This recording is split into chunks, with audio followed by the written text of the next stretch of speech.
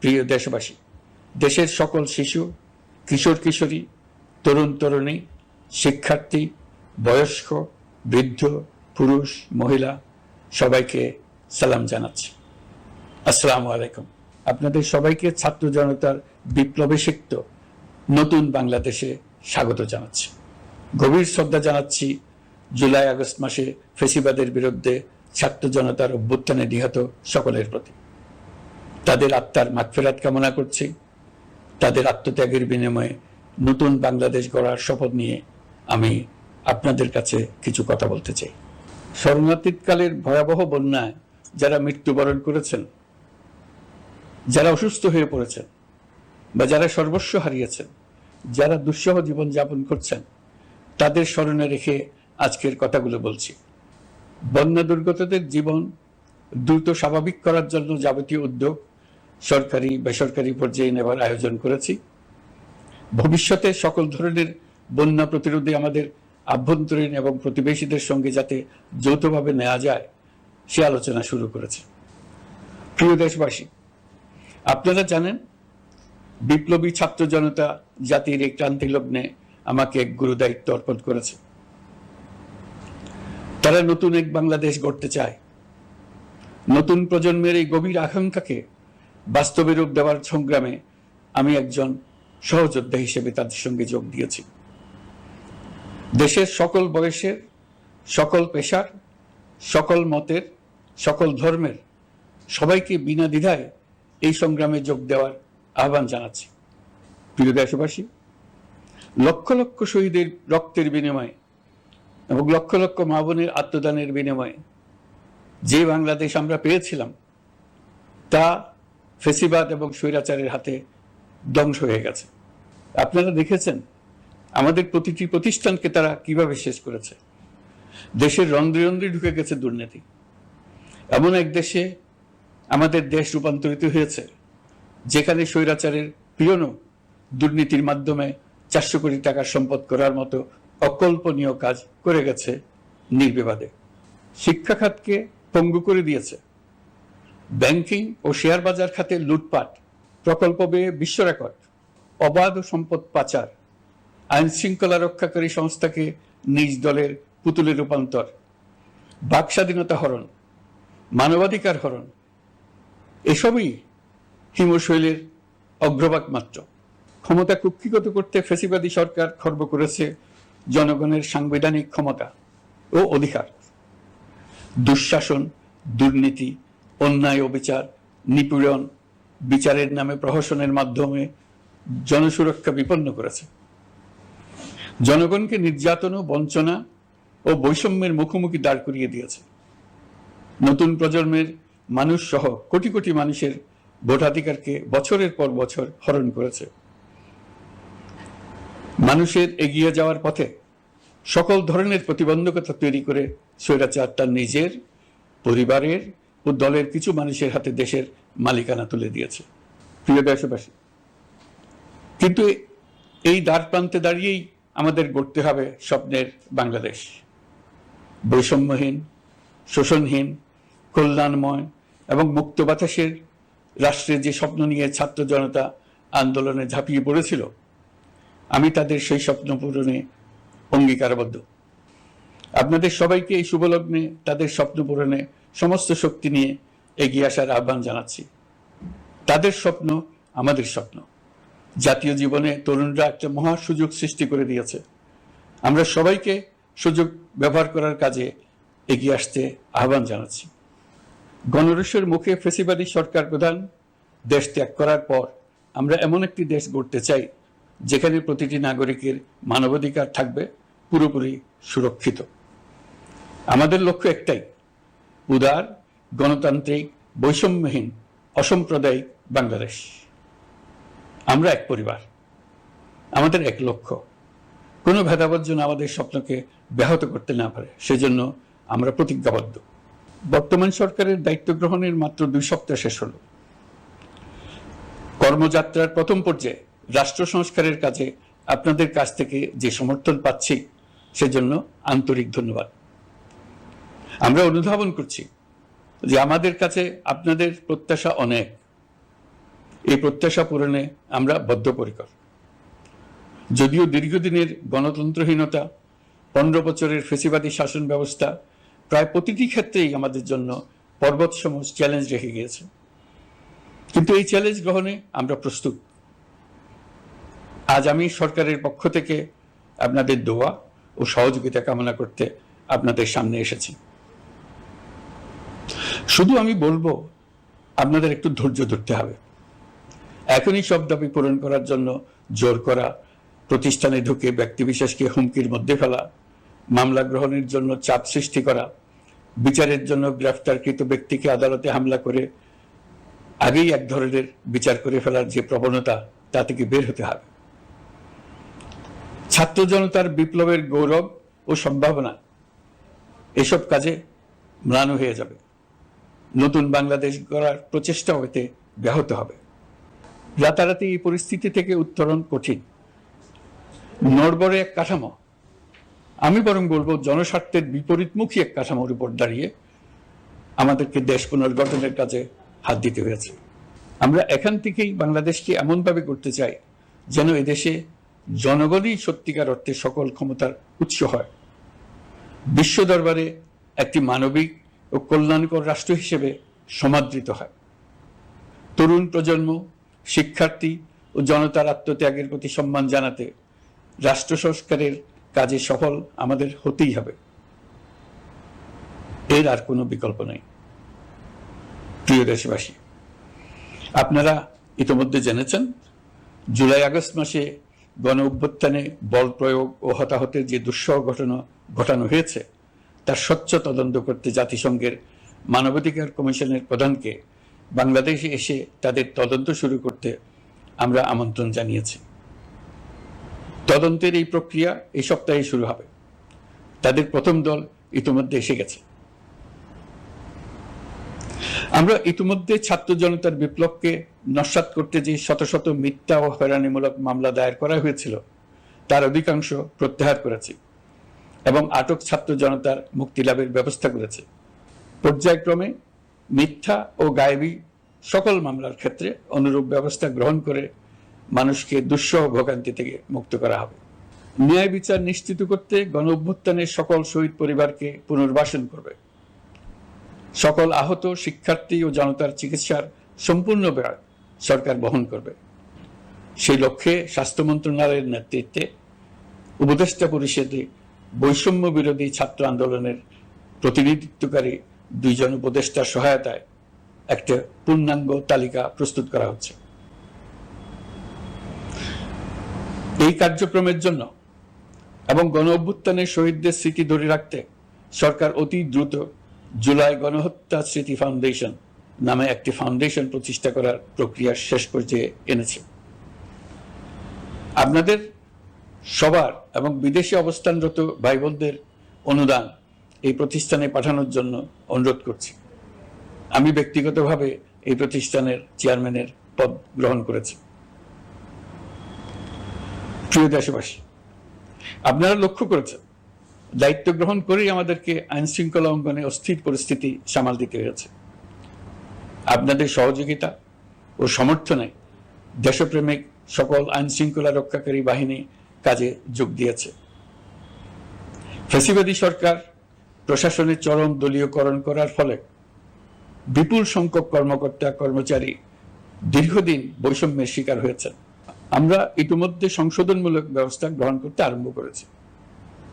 তবে প্রশাসনকে গতিশীল রাখতে এবং একই সাথে সুনির্দিষ্ট পদ্ধতি অনুসরণ করে সঠিক সিদ্ধান্তে উপনীত হতে সময় প্রয়োজন। সেজন্য সকলকে ধৈর্য ধরার অনুরোধ করছি।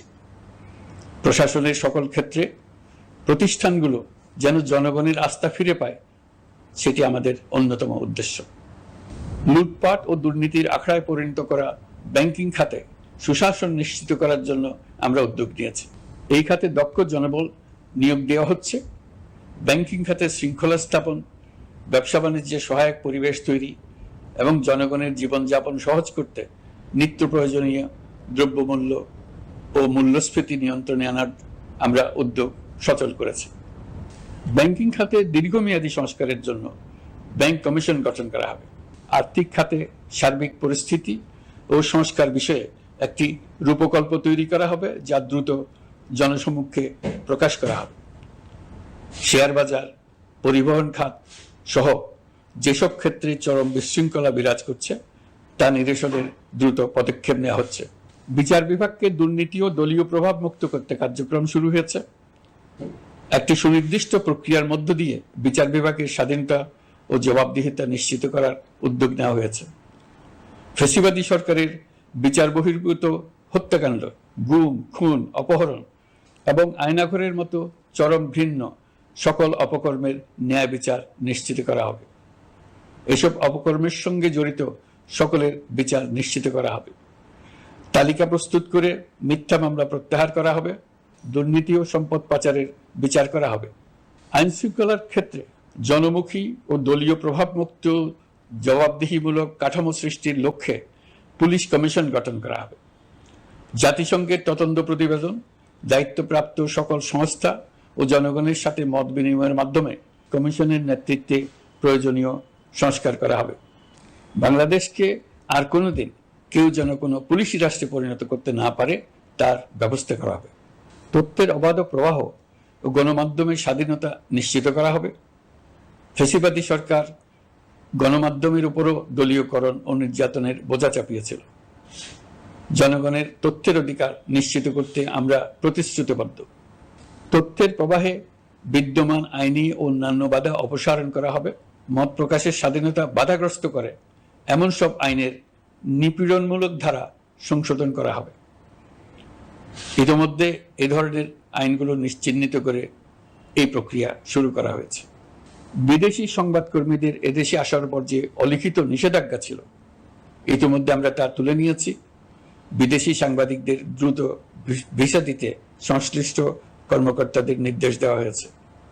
আমরা আশা করি পরিবর্তিত পরিস্থিতিতে গণমাধ্যম কর্মীরা নিরপেক্ষ সাংবাদিকতা চালিয়ে যাবেন। শিক্ষাক্ষেত্রে চরম নৈরাজ্য প্রতিষ্ঠিত করে গেছে বিগত সরকার। আমরা তার পূর্ণাঙ্গ সংস্কারের উদ্যোগ নেব। এটা আমাদের অন্যতম অগ্রাধিকার। আপনারা জানেন, দায়িত্ব গ্রহণের পর দ্রুততম সময়ের মধ্যে সকল শিক্ষা প্রতিষ্ঠান খুলে দেওয়া হয়েছে। শিক্ষার্থীদের জন্য সৃজনশীল, নিরাপদ ও ভীতিমুক্ত পরিবেশ নিশ্চিত করা আমাদের অঙ্গীকার।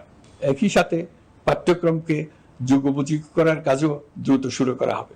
গণতন্ত্রকে সুসংহত করতে স্থানীয় সরকার প্রতিষ্ঠানগুলোকে শক্তিশালী করা হবে এবং ক্ষমতার বিকেন্দ্রীকরণ নিশ্চিত করা হবে।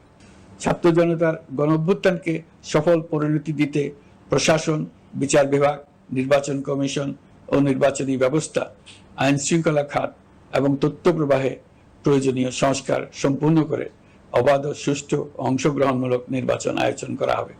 এর লক্ষ্য হবে দুর্নীতি, লুটপাট, গণহত্যার বিরুদ্ধে একটি জবাবদিহিতামূলক রাজনৈতিক বন্দোবস্তের সূচনা।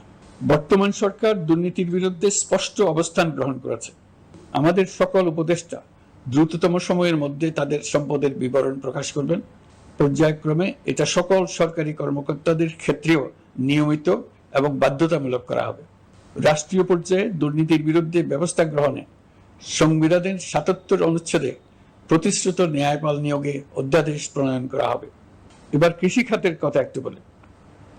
কৃষি নির্ভর বাংলাদেশে কৃষকের স্বার্থ যেন সুরক্ষিত থাকে, কৃষক যেন তার উৎপাদিত পণ্যের ন্যায্য মূল্য পায়, তা নিশ্চিত করা হবে।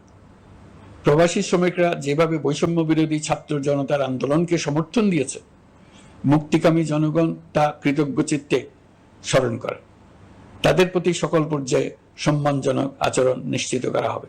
বাংলাদেশের স্বাস্থ্য খাত অন্যতম দুর্নীতিগ্রস্ত খাত। জনগণের জন্য পর্যাপ্ত স্বাস্থ্যসেবা নিশ্চিত করার লক্ষ্যে স্বাস্থ্য খাতে প্রয়োজনীয় সংস্কার করা হবে। এই খাতে সংশ্লিষ্ট সকলকে জবাবদিহিতার আওতায় আনা হবে। হাসপাতালগুলোকে আধুনিকায়নের উদ্যোগ নেওয়া হবে এবং সেখানে সরকারি ডাক্তার সহ বিশেষজ্ঞদের নিয়মিত উপস্থিতি নিশ্চিত করা হবে। স্বাস্থ্যসেবা যাতে নির্দিষ্ট কিছু অঞ্চলে কেন্দ্রীভূত না থাকে, দেশের সব অঞ্চলের মানুষ সমান স্বাস্থ্যসেবা পায়, সে লক্ষ্যে প্রয়োজনীয় উদ্যোগ নিতে আমরা বদ্ধপরিকর। বর্তমান প্রজন্ম অনেক বেশি সচেতন। বিশ্বের বিভিন্ন প্রান্তে ঘটে যাওয়া পরিবর্তন বিষয়ে তারা ওয়াকিবহাল শুধু নয়, তারা নেতৃত্ব দিচ্ছে। তারা যে উন্নয়নের স্বপ্ন দেখে তা টেকসই এবং পরিবেশ বান্ধব, প্রকৃতি ধ্বংসকারী উন্নয়ন নয়। শুধু জিডিপি একটি দেশের উন্নয়নের মাপকাঠি হতে পারে না। নদী, নালা, খাল, বিল, পাহাড়, বন, মাটি আর বাতাস ধ্বংস আর দূষিত করে যে উন্নয়ন হয় তা দীর্ঘমেয়াদী, টেকসই নয়। জীবাশ্ম জ্বালানির বিরুদ্ধে পরিবেশবাদীদের সাথে আমাদের সরকারের অবস্থান সামঞ্জস্যপূর্ণ। জলবায়ু পরিবর্তন রোধ করতে এবং আগামী প্রজন্মের জন্য সুস্থ একটা পৃথিবী রেখে যেতে কার্বন নিঃসরণ শূন্যের কোটায় নামিয়ে আনার বিকল্প নেই। আমাদের সরকার পরিবেশ ও জলবায়ু রক্ষায় সর্বোচ্চ গুরুত্ব দেবে। এই কার্যক্রমে তরুণ সম্প্রদায়কে সম্পৃক্ত করা হবে। ইতোমধ্যে বিভিন্ন রাষ্ট্র ও জাতিসংঘ বর্তমান সরকারের কর্মসূচির প্রতি সমর্থন ব্যক্ত করেছে। আমরা সকল রাষ্ট্রের সাথে বন্ধুত্বপূর্ণ সম্পর্ক বজায় রাখব। আমাদের পররাষ্ট্রনীতির ভিত্তি হবে পারস্পরিক আস্থা, বিশ্বাস ও সহযোগিতা। আমরা মানবাধিকার আইন সহ সকল আন্তর্জাতিক আইনের প্রতি শ্রদ্ধাশীল। আমাদের পক্ষ থেকে গুম বিষয়ক আন্তর্জাতিক চুক্তির পক্ষরাষ্ট্র হওয়া সহ বিভিন্ন পদক্ষেপ নেওয়া হয়েছে। ইতিমধ্যে পক্ষভুক্ত এমন সকল আঞ্চলিক ও দ্বিপাক্ষিক চুক্তি ও সমঝোতা বাস্তবায়ন করে যাব। আমাদের সরকার রোহিঙ্গা সমস্যার বাস্তবসম্মত সমাধানের লক্ষ্যে আন্তর্জাতিক সম্প্রদায়ের সাথে কাজ করে যাবে। আমরা জাতীয় ঐক্যে বিশ্বাসী। প্রয়োজনীয় সংস্কারের লক্ষ্যে রাজনৈতিক ঐক্যের মধ্য দিয়ে নিশ্চিত করা হবে নারী, শিশু, প্রতিবন্ধী, ধর্মীয় সংখ্যালঘু, আদিবাসী সকলেই এদেশের নাগরিক এবং সমান আইনের সুরক্ষার অধিকারী। তাদের সকলের মানবিক অধিকার সহ অন্যান্য সকল অধিকার নিশ্চিত করার উদ্যোগ নেওয়া হবে। এই জন্য আমি উপদেষ্টা পদমর্যাদা সম্পন্ন একজন বিশেষ সহকারী নিয়োগ দিয়েছি, যার দায়িত্ব হবে জাতীয় সংহতি উন্নয়ন। বন্যা কবলিত এলাকার সকল মানুষের দুর্ভোগ লাঘবে সরকার সঠিক সহায়তা দেওয়ার জন্য সরকারের যত কার্যক্রম আছে তাদের সচল করেছে। ইতিমধ্যে উপদেষ্টাবৃন্দ বিভিন্ন এলাকার দায়িত্ব নিয়ে এলাকায় গেছেন। আমার কার্যালয়ে একটা নিয়ন্ত্রণ কক্ষ স্থাপন করা হয়েছে। বন্যা পরবর্তী কার্যক্রম নেওয়া হয়েছে। ভবিষ্যতে বন্যা নিয়ন্ত্রণের জন্য করণীয় কি স্থির করার জন্য পদক্ষেপ নেওয়া হচ্ছে। দেশপ্রেমিক সেনাবাহিনী, পুলিশ, বিজিবি, র্যাবকে গুম নির্যাতনের কাজে লাগিয়ে তাদের কলঙ্কিত করা হয়েছে। তারা দেশের গৌরব। তাদেরও কিছু অতি উৎসাহী সদস্যের কারণে পুরো বাহিনীকে আমরা কলঙ্কিত দেখতে চাই না। আমরা অপরাধীদের চিহ্নিত করতে চাই এবং তাদের শাস্তি দিতে চাই, যেন ভবিষ্যতে কারো হুকুমে দেশপ্রেমিক কোনো বাহিনীর, পুলিশের, র্যাবের কোনো সদস্য হত্যাকাণ্ড, গুম ও অত্যাচারে জড়িত হওয়ার সাহস না করে। তাদের কাছে হুকুম যত বড় কর্তৃপক্ষের কাছ থেকে আসুক না কেন, তারা তা উপেক্ষা করবে। ভবিষ্যতে উপরওয়ালার হুকুমে এমন ঘৃণ্য কাজ করতে বাধ্য হয়েছে এমন ব্যাখ্যা কারো কাছে গৃহীত না হয় তার ব্যবস্থা করা হবে। আমি দেশরক্ষা বাহিনী, পুলিশ বাহিনী এবং অন্যান্য সহল বাহিনীকে নির্দেশ দিয়েছি তারা তাদের মধ্যে যারা হত্যাকাণ্ড, গুম, খুন বা শারীরিক মানসিক অত্যাচারে সরাসরি জড়িত তাদের চিহ্নিত করে বিচারের ব্যবস্থা করতে।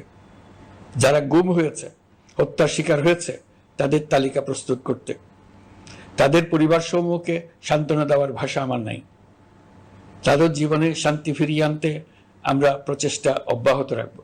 আমি সকল দেশরক্ষা বাহিনী ও আইনশৃঙ্খলা বাহিনীকে তাদের উপর জনগণের সম্পূর্ণ আস্থা ফিরিয়ে আনতে সকল পদক্ষেপ গ্রহণ করতে নির্দেশ দিয়েছি। গত 15 বছরের দুর্নীতি, অর্থ পাচার ও জনস্বার্থ বিরোধী চুক্তি স্বাক্ষর, প্রকল্পের নামে লুটপাট ইত্যাদি তথ্য নিয়ে একটি শ্বেতপত্র প্রণয়নের জন্য আমি ইতিমধ্যে একটি কমিটি গঠন করেছি।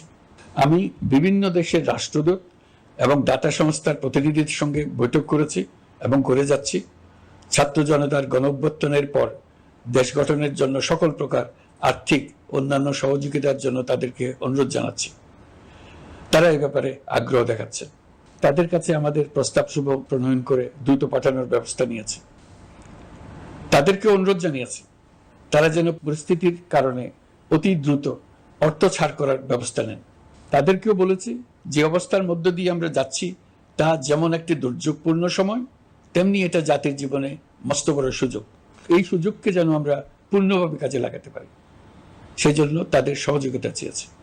এই গণ অভ্যুত্থানে বিদেশে অবস্থানকারী বাংলাদেশিরা অত্যন্ত গুরুত্বপূর্ণ ভূমিকা পালন করেছেন। জাতি তাদের অবদান বিশেষভাবে স্মরণ করবে।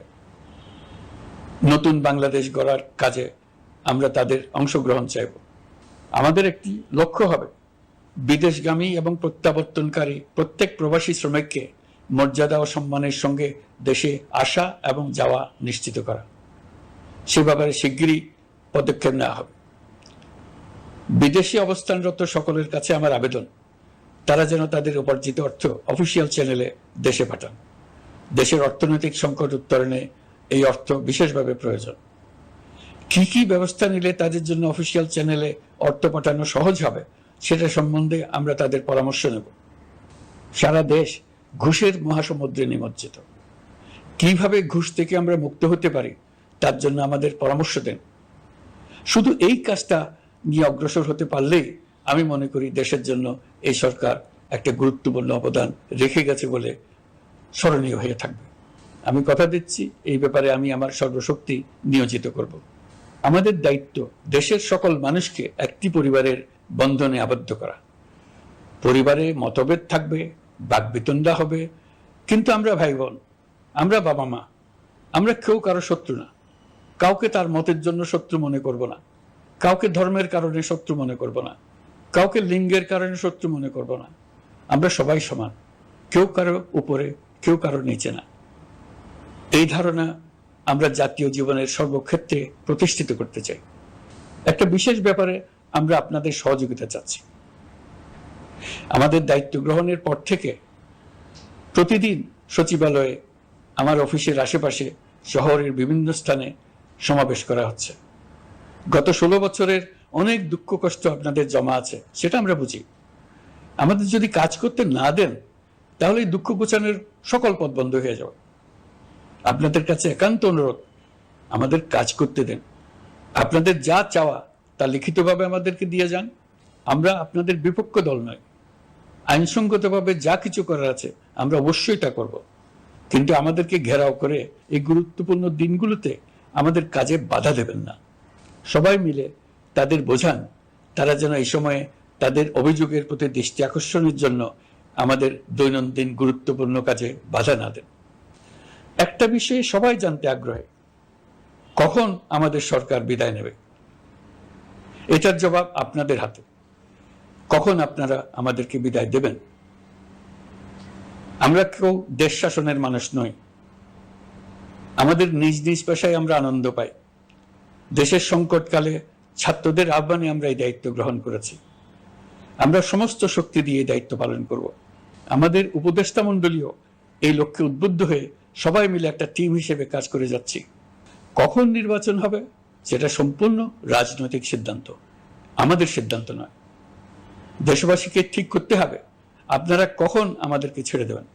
আমরা ছাত্রদের আহ্বানে এসেছি, তারা আমাদের প্রাথমিক নিয়োগকর্তা। দেশের আপামর জনসাধারণ আমাদের নিয়োগ সমর্থন করেছে। আমরা ক্রমাগতভাবে সবাইকে বিষয়টি স্মরণ করিয়ে যাব, যাতে হঠাৎ করে এই প্রশ্ন উত্থাপিত না হয়, আমরা কখন যাব। তারা যখনই বলবে আমরা চলে যাব। আমরা সংস্কারের অংশ হিসেবে নির্বাচন কমিশনকেও সংস্কার করব। কমিশনকে যে কোনো সময় আদর্শ নির্বাচনের জন্য প্রস্তুত রাখব। আমরা বিভিন্ন সংস্কারের কাজ শুরু করেছি। দেশবাসীকে অনুরোধ করব একটা আলোচনা শুরু করতে। আমরা সর্বনিম্ন কি কি কাজ সম্পূর্ণ করে যাব, কি কি কাজ মোটামুটি করে গেলে হবে। এই আলোচনার মাধ্যমে আমরা একটা দিক নির্দেশনা পেতে পারি। তবে চূড়ান্ত সিদ্ধান্ত রাজনৈতিক সিদ্ধান্ত, সেটা রাজনৈতিক আলোচনা থেকেই আসবে। এই দিক নির্দেশনা না পেলে আমরা দাতা সরকার এবং আন্তর্জাতিক অর্থনৈতিক প্রতিষ্ঠানসমূহের সঙ্গে আলোচনায় দৃঢ়তার সঙ্গে অগ্রসর হতে পারছি না। আমি নিশ্চয়তা দিচ্ছি, আমরা আমাদের পক্ষ থেকে মেয়াদ বৃদ্ধির কোনো প্রশ্ন তুলব না। আমরা আপনাদের সকলের দোয়া চাই। যে কদিন আছি সেই সময়টুকু উপদেষ্টা মণ্ডলীর প্রত্যেকে নিজ নিজ সাধ্যমতো দেশের এই সংকটকালে সংকট উত্তরণে যেন নিজ নিজ মেধা সাধ্যমতো কাজে লাগাতে পারে। নতুন বাংলাদেশ গড়ার যে সুযোগ ছাত্র জনতার রক্তের বিনিময়ে আমরা অর্জন করলাম, আমরা আমাদের মতানৈক্যের কারণে সেটা যেন হাতছাড়া করে না ফেলে, এটা আমরা নিশ্চিত করতে চাই। এই সুযোগ এবার হারিয়ে ফেললে আমরা জাতি হিসেবে পরাজিত হয়ে যাব। শহীদ, আহত এবং জীবিত ছাত্র জনতার কাছে আমরা প্রতিজ্ঞাবদ্ধ থাকতে চাই, আমরা এই অর্জনকে কিছুতেই হারিয়ে যেতে দেব না। যে সুযোগ তারা আমাদেরকে দিয়েছে তার মাধ্যমে আমাদের দেশকে পৃথিবীর একটি শ্রদ্ধেয়, সকল দিকে দৃষ্টান্ত স্থাপনকারী দেশে পরিণত করতে আমরা শপথ নিয়েছি। সবশেষে আবারও আমাদের দেশের সকল মানুষ, শিশু, কিশোর কিশোরী, তরুণ তরুণী, বয়স্ক, বৃদ্ধ, নারী, পুরুষ সবার কাছে দোয়া চাইছি যেন আমরা আমাদের সকলের স্বপ্ন বাস্তবায়নে সফল হই। আল্লাহ আমাদের সহায় হন, আমাদের সবার মঙ্গল করুন।